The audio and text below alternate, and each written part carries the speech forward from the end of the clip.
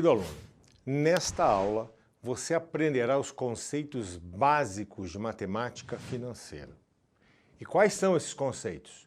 O conceito de capital, o conceito de juros, o conceito de montante, de taxa de juros, de período de capitalização, tipos de taxa como taxa nominal, taxa proporcional, taxa efetiva, entre outros. Uma boa aula.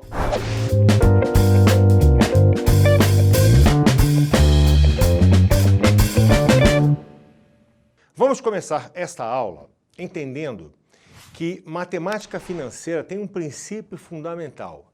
E qual é ele? Olha só.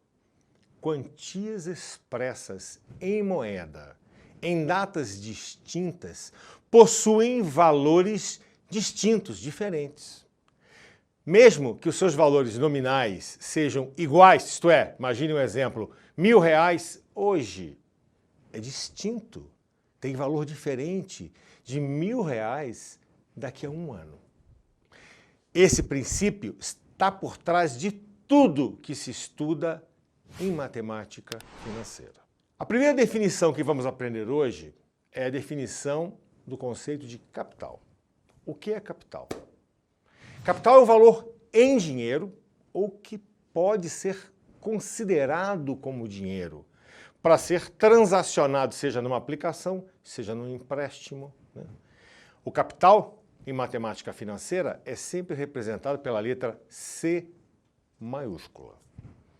Muito bem. Esse valor também é normalmente denominado de capital inicial ou principal de uma transação. Vamos agora então ao segundo conceito, que é o conceito, de juros. Qual é a definição de juros? Juros nada mais é do que a remuneração pela aplicação de um determinado capital, ou o custo que se paga pela utilização de um capital de terceiro que nos foi emprestado. Os juros são sempre representados pela letra J maiúscula.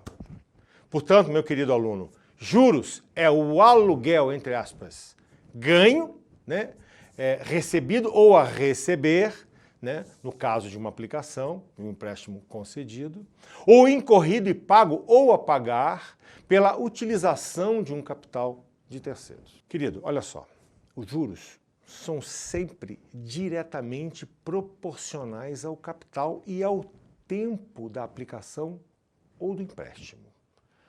O fator de proporcionalidade é chamado de taxa de juros, e é esta definição e é este conceito que vamos aprender a seguir.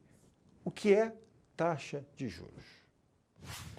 Nada mais é do que a razão, o quociente, a divisão entre os juros, seja recebidos ou pagos, e o próprio capital.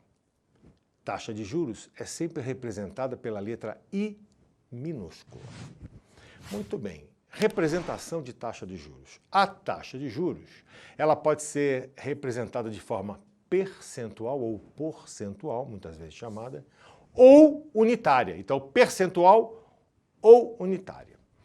Muito bem. Na representação percentual da taxa de juros, por exemplo, de uma aplicação, quando dizemos que a taxa é 4% ao mês, é porque o rendimento da aplicação é de 4 unidades por cada 100 unidades do capital. Por isso, 4%.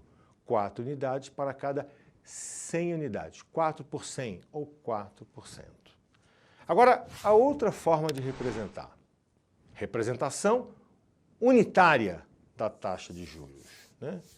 É quando dizemos, por exemplo, para uma aplicação, 0,04. Essa é a taxa. Não é muito comum, mas se usa em problemas que você vai encontrar em provas. Se a taxa for 0,04, então isso significa que para uma aplicação de 4 centavos, 0,04, de um determinado capital, essa é a remuneração, 4 centavos, para cada uma unidade do capital. Então, quando dizemos que a taxa é 0,04, o rendimento, os juros é 4 centavos para cada unidade de capital. Então, expressar uma taxa como 4% ou como 0,04 é a mesma coisa do ponto de vista matemático.